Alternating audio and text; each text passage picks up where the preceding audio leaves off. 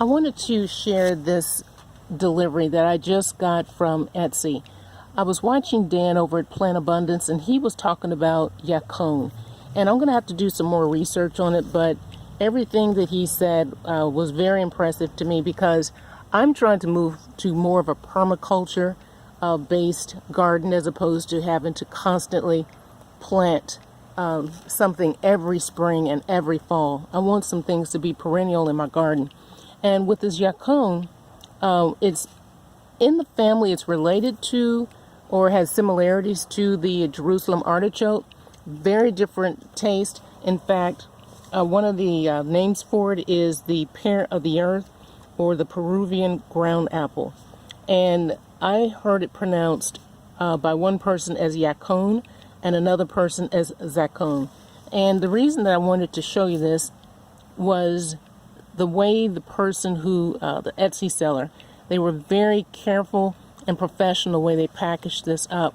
As you see here, this is like a wax paper kind of coating, this wrapping here. And then these plant identification stakes are almost the same length as the plant itself, so it's protecting it from bending in transit.